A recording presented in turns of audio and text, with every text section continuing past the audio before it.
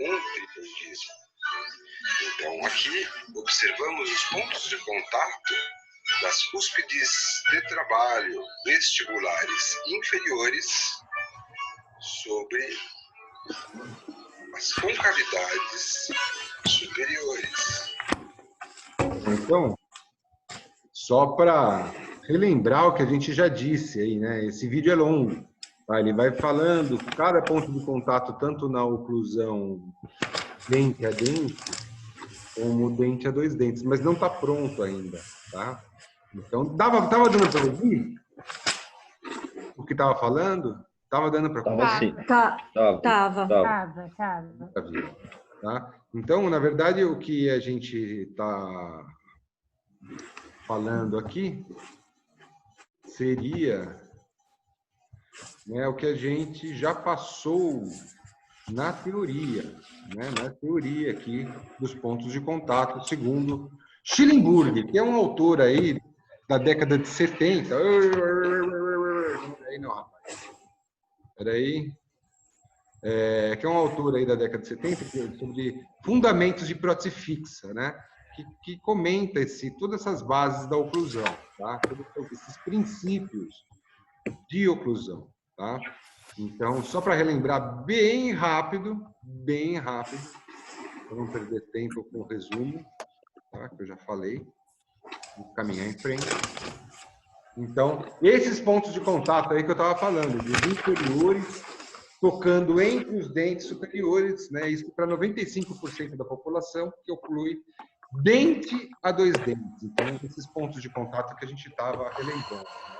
Só que as cúspides linguais também encostam nos inferiores, né? Então, as VIPs, vestibulares inferiores, que mostrou, aí ele ia começar a mostrar também as PS, as palatinas superiores, que ocluem aqui, ó, na fóssula distal do inferior, na fóssula distal do inferior. Né? Tem algum microfone ligado fazendo barulho? É o meu, desculpa. Não, de boa. Então, o mesiolingual aqui, ó, a mesiolingual, no centro do molar, que é o chave de oclusão, e por aí, aquele processo de memorização que eu estou tentando fazer, enquanto a gente não faz na prática, né? Um lado bom é que a gente está estudando bastante na teoria antes de mexer no modelo. Isso é um lado bom. Geralmente é tudo uma correria com a prática e às vezes não dá tanto tempo da gente memorizar tanto tempo. Né? Talvez esse seja, vamos tentar ver o lado bom, seria esse, né? Um estudo mais com calma da oclusão, que é um assunto tão importante, né? Então, nesse tipo de oclusão, dente a dente, 5% da população, Peter Thomas era o cara que acreditava nesse tipo de oclusão. Peter Thomas, inclusive, é o cara que inventou, junto com o Payne também já fazia isso, fazer o dente colorido, sabe? Ele que começou esse estudo, fazer a ponta vermelha, depois aqui os lados, um fazia amarelo, outro fazia vermelho, varia um pouco a técnica de cada um, mas de fazer colorido o dente para ir estudando oclusão, né? Eles que inventaram, né, esse procedimento didático que a gente vai usar na escultura progressiva, tá? Então, aqui vai direcionando cada dente para as fóssulas, tá? Sempre nas fóssulas. Dessa forma, esse tipo de oclusão, aí ele consegue maior quantidade de pontos de contato, né? Então,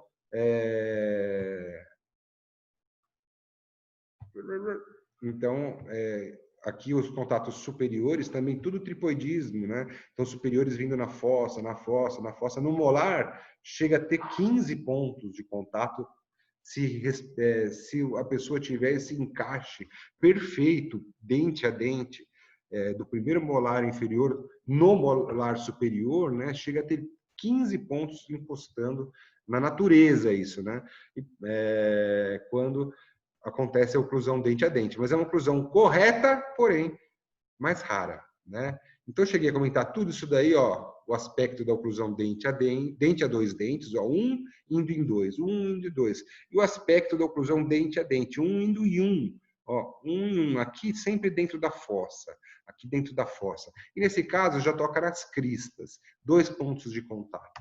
Né? Então, eu cheguei a comentar sobre dores de cabeça, sobre a parte de estresse, um pouquinho de ajuste, né? Comentamos sobre sobre dente quando está alto, o que acontece, né? Pode detonar o dente pode ficar mole, pode prejudicar a TM, né? Então, um problema que se chama... Por que eu estou escuro aqui? Olha só. Tá, me achei. Então, esse problema que chama disfunção temporomandibular, né? Que é um problema na articulação. Ou pode ser causado por bruxismo, ranger os dentes, ou os dentes fora da posição, e aí, aqui dentro, ele não tem guia anterior que protege os posteriores, né? Tem algum dente pegando mais alto do que os outros. Então, maus hábitos como chupar chupeta, chupar o dedo, pode abrir a mordida, perder as guias. Então, próteses mal feitas, iatrogênicas, próteses, restaurações que ficaram altas e depois a pessoa ficou acostumando com o tempo, mas de repente, quando viu, aqui não está mais centralizado. A ATM saiu do lugar aqui porque uma prótese ficou alta. Ela se acostumou, nem lembra mais isso daí. Mas, se radiografar a ATM dela, quando ela fecha a boca, parece que está tudo bonitinho, quando radiografa, a ATM está fora do lugar, né? Então, isso por motivos também de próteses mal feitas, tá? Então, olha só, o bruxismo, né? Que esse aparelho nós vamos fazer no segundo semestre, né?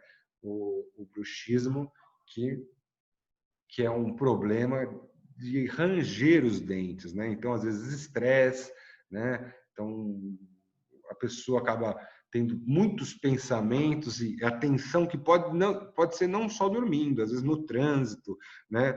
Às vezes, né, aquele estado de adrenalina, né? A adrenalina é um hormônio que é produzido quando a gente está em estresse, né? Quando a gente sai para briga, eu vou dar porrada, a gente começa a produzir a adrenalina e ela enrijece os músculos. Então, automaticamente, seus músculos contraem e você, por excesso de adrenalina, que isso pode gerar também pressão alta, né? Pode gerar pressão alta, pode gerar contração muscular, estresse, e aí os músculos ficam apertando e vai desgastando os dentes. O que vai acontecendo odontologicamente é a perda da dimensão vertical, né? Inclusive, o Nobilo, naquele vídeo que eu coloquei, ele falou um pouquinho da importância da dimensão vertical, né?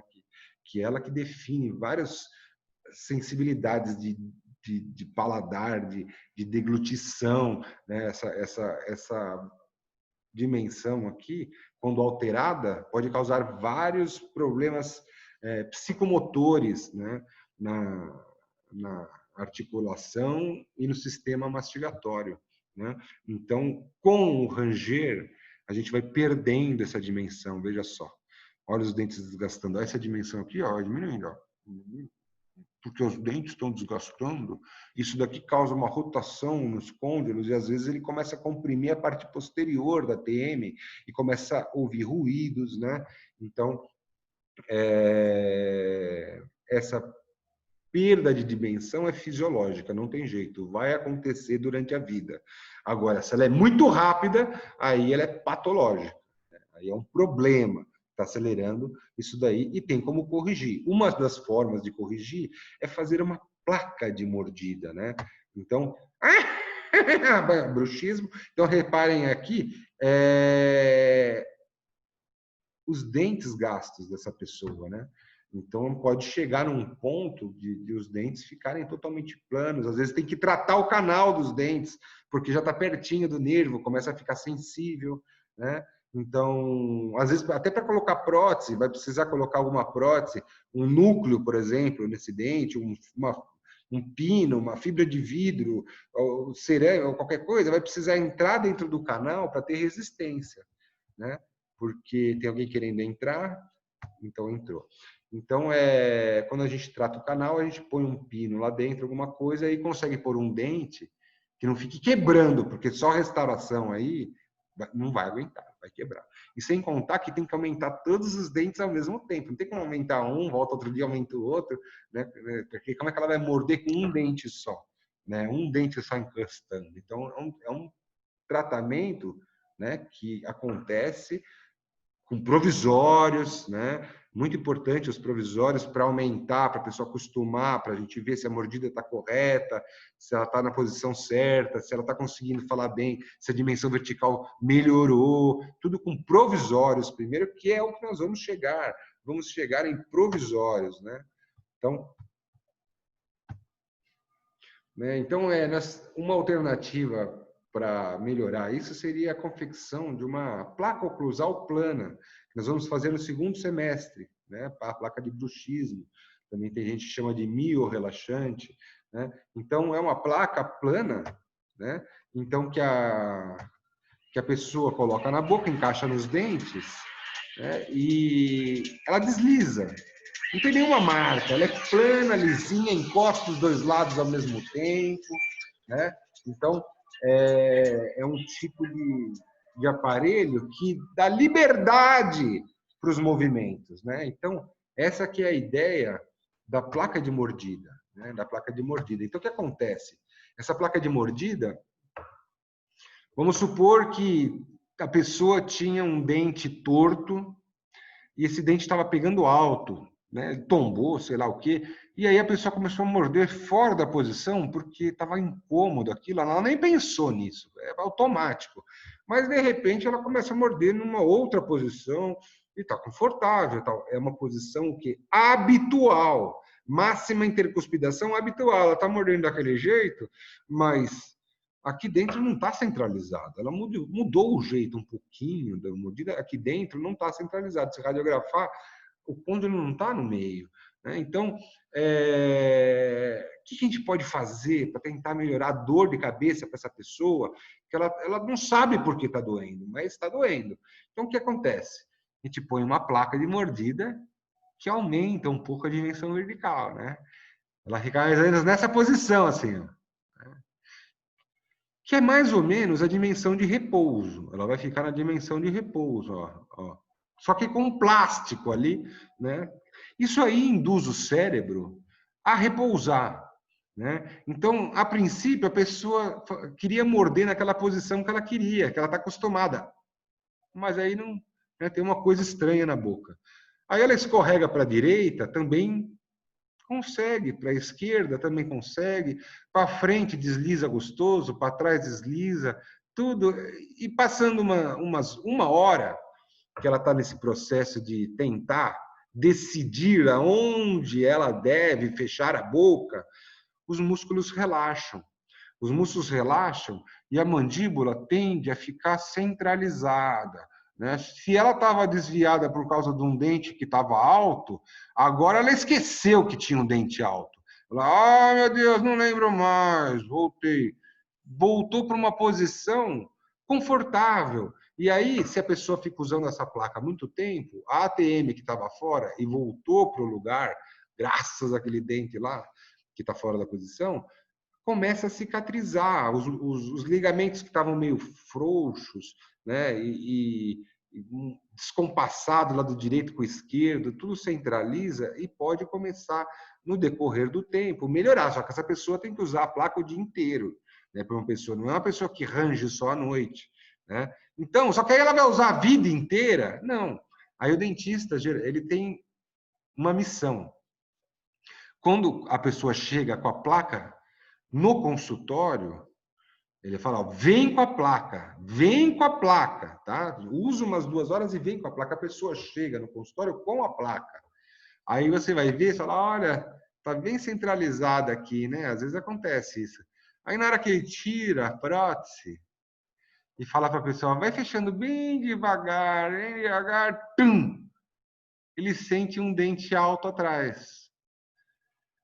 Então ele consegue naquele momento, agora eu vi, é aquele dente ali, tá alto. Se deixar a pessoa, quando ela vê tá mordendo torto de novo, e nem percebeu que ela estava mordendo certo há 1 minuto atrás, né? Mas naquele momento que ela estava fechando, estava tudo centralizadinho, a gente consegue perceber se tem um dente alto, né? Porque daí, se você achar o problema, desgasta aquele dente, extrai aquele dente, usa aparelho, modifica a posição dele, aí a pessoa volta a abrir e fechar, e quando ela morde aqui, conseguiu corrigir aquele problema que estava deslocando quando ela ocluía, né? Então, é só para complementar esse assunto ATM e dar um link para o segundo semestre que a gente vai fazer essa placa de resina. Breve teremos aula de resina acrílica também. Esse aparelho é feito com resina acrílica, né? Então, para fazer esse aparelho, né, e para fazer os estudos dos movimentos, a gente precisa do articulador, né? Então, é necessário o articulador, né? E é isso que nós vamos tentar mostrar um pouco, né? Antes do articulador. Vocês estão com alguma dúvida? Não? Tá tudo bem? Por enquanto, sim, professor, de boa. Beleza, maravilha. Então, espera aí. Vou compartilhar aqui de novo. Aqui seria isso aqui. Só para complementar aqui o que eu estou falando. Isso aqui é uma foto do livro do Paulo Cano. Tá? É um livro que eu tenho aqui, que é de escultura, né? Desafiando a Natureza. É isso aí. Desafiando a Natureza, tá? É um livro... E, após o Paulo Cano, isso aí foi em 2008, né? Começou a ter uma interpretação nova da oclusão. É uma interpretação nova da oclusão, assim, facilitou um pouco. Só para não passar em branco, que quando vocês fizerem cursos, às vezes você vê lives sobre oclusão, vê palestras, você fala, caramba, mas não está igual o meu professor falou, né? Então, aquilo lá que eu tenho explicado é a oclusão clássica, né? Que está no livro do Schillingburg. Tá? Então, se você observar aqui, deu uma simplificada, tá? Então, por exemplo, o primeiro pré, ele toca entre os dentes. Ele cita mais a oclusão dente a dois dentes, tá? Dente a dente quase não é citado muito, né? Esse tipo de oclusão e variações dessa oclusão, tá? Então, aqui já, de uma forma geral, considera só a oclusão dente a dois dentes, em que os inferiores, que estão aqui, né, ó, os inferiores, ocluem entre os superiores, que estão aqui. Devia ter colocado os inferiores embaixo, né, tontorrone? Tudo bem. Bom, isso é rápido, peraí, a gente já faz já isso aqui, peraí. Peraí. Pronto. Estava me incomodando isso aqui. Aê, people! Vai dar para entender melhor, com certeza. Então, ó, o inferior, né, tocando entre os dentes, né? Olha lá, o inferior tocando entre os dentes, certo? Olha a cúspide mesiovestibular tocando entre os dentes aqui, 2 pontos, igual eu falei no vídeo agora há pouco, né? Então, a única diferença, por exemplo, na fossa distal aqui, os autores mais modernos acreditam que não encosta essa cúspide lingual. E realmente, eu cheguei a comentar que em vários pacientes eu tento observar, eu vejo que essa cúspide lingual aqui do primeiro pré não encosta lá na fossa distal, tá? Então, às vezes você vê alguém demonstrando uma coisa, lá, não tá encostando, tá errado. Não é. É que é uma outra filosofia, né? Uma coisa um pouco... É baseado naquela. Por isso que eu estou passando aquela, porque aquela é clássica, a oclusão clássica, né? Então, tem muito tempo aquilo lá. Hoje em dia, tem uma simplificação, de acordo com o curso que você fizer, tá? Por exemplo, aqui respeitou, olha lá, tripoidismo, entrando na fóssula distal, né? Na fóssula distal do inferior. Tem alguém desesperado querendo entrar? E tenho 10 minutos, mas a gente volta, tá? Então, a mesiolingual, olha lá, encosta mesmo, lá dentro. Tripoidismo. Só que tem uma diferença. Lá no segundo que eu estava falando sobre o Schillingburg, aqui tinha um tripoidismo. Essa cúspide entrava 3 pontos. E aqui tinha um tripoidismo. Essa cúspide... Então, tinha 6 pontos. Só que aqui diminuiu para 5. E meio que juntou os 3 e 3 e virou 5. Tá? A mesiolingual toca 3 pontos, essa daqui, ó. Ela toca 3 pontos aqui dentro, né? Mas a mediana não. A mediana está tocando só 2 pontos lá dentro, tá? Então, já é suficiente para estabilizar o dente no espaço, né? Se a questão é estabilizar, está estabilizado, né? Agora, a distal, diferente da oclusão que a gente está estudando, no caso dessa interpretação do cano, não encosta entre os dentes aqui, ó, que segundo o Schillingburg tem um contato aqui, ó, entre os dentes. Ela assume ali que é dente a 2 dentes e encosta aqui. Aí a mediana, mesma coisa, tocando aqui 3 pontos. Porém, a vestibular apenas 2 pontos, né? 2 pontos, a vestibular dentro da fossa aqui, né? Então a vestibular inferior dentro da fossa 2 pontos. Então isso são modificações, tá? Então, no meu ponto de vista, fica mais fácil você entender essa oclusão depois de ter estudado a oclusão clássica, tá bom? De Peter Thomas, de Payne, que estão no livro do Schillingburg. Beleza. Todo mundo entrou aqui, não tem desesperado aí na sala de espera, não, né? Tá tudo certo, né? Tudo ok? Então, tá bom. Então, disso tudo, o início para memorizar tudo isso são as cúspides de trabalho, né? Cúspide de trabalho, as VIPs, vestibular inferior, e a palatina superior, que cada uma vai ter seus pontos de contato, né? Tamara, acho que está com o microfone ligado, Tamara. Aí, os cadernos. Para variar, vai comer. Está comendo.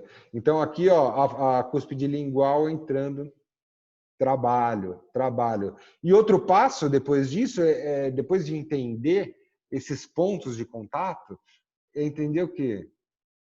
A lateralidade. Como que acontece essa trituração durante a lateralidade?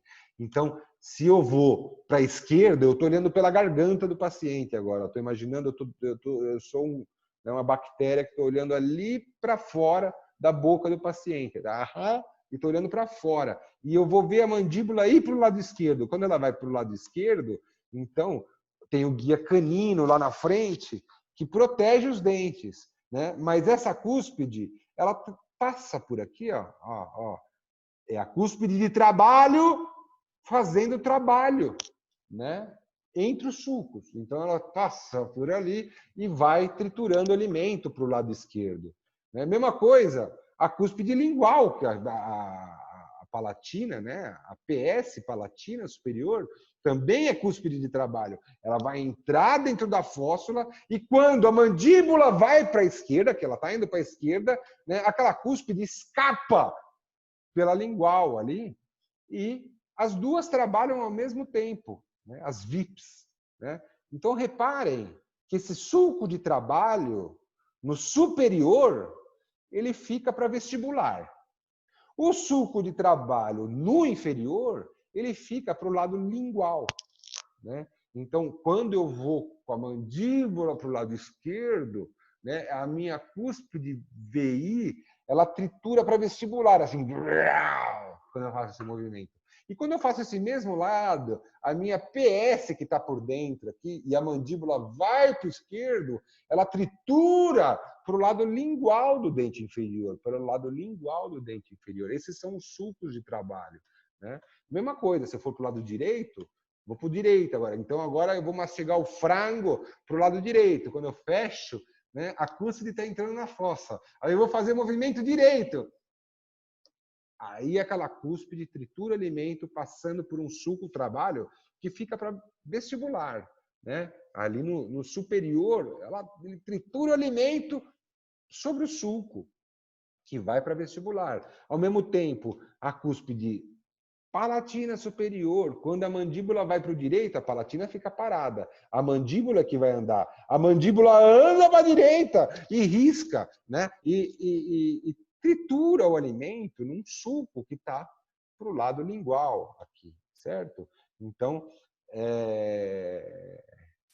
por isso que a gente chama que essas cúspides aqui, que estão em azulzinho, elas são cúspides de corte, porque nesse trajeto é que a gente corta o alimento, né? Tá a cúspide de trabalho, e aí durante a lateralidade ele vai em direção à cúspide de corte e tritura o alimento, né? Então essas que estão em azul aí são as cúspides de corte, né? As que têm flechinhas, a cúspide de suporte, né?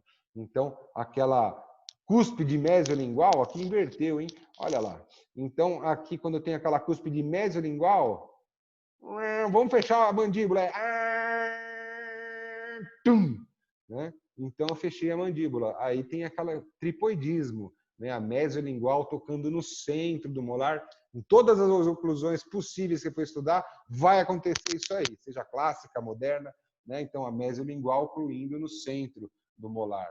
Aí quando eu faço a lateralidade esquerda, ou seja, a mandíbula vai para aquele lado da flechinha lá, oba, vamos para lá. E aí aquela cúspide mesiolingual, né? Ela passa entre as duas cúspides, né? Aquela cúspide mesiolingual, porque a mandíbula foi lá para a esquerda. E aquele sulquinho que tem a flechinha vermelha ali é o sulco de trabalho, né? Então, no inferior, o sulco de trabalho está para dentro, está para a língua, né? Onde passou, durante o movimento de lateralidade esquerda, né? Os dentes do lado esquerdo fazem esse movimento aí. Tá? Agora, e se eu fizer a lateralidade direita, né? Ou seja, a mandíbula vai para o lado direito, eu vou para o lado de cá agora, eu vou mastigar do outro lado agora, o outro lado é que vai mastigar. Então a mandíbula vai para o lado direito, foi lá para o outro lado direito. E aquela cúspide que estava paradinha aqui, bonitinha, mesiolingual, ela passou entre aqueles dois sulcos, quer dizer, aquelas duas cúspides, bem sobre o sulco ocluso lingual distal, aqui passou, né? Então esse sulco aqui é um sulco de balanceio. O sulco de balanceio geralmente é inclinadinho, ó. O sulco de trabalho geralmente sai reto do meio do dente, como foi a flecha vermelha, reto do meio do dente. Aqui, o sulco de balanceio geralmente é inclinadinho. E se a mandíbula vai para frente? Essa cúspide aqui, a mesiolingual, está ocluída lá, bonitinha. Mas quando a mandíbula vai para frente, ela passa, né? Ela passa por algum lugar. Ela passou por ali, a cúspide. Aquele sulco é uma flecha amarela que a gente representa, né? Que é por onde essa cúspide pode passar. Quando faz lateralidade esquerda, é a flechinha T. Quando eu faço a lateralidade direita, aquela cúspide vai pela flechinha B. E quando eu faço protrusão, aquela cúspide mesiolingual, ela percorre aquela flechinha P, né? Então,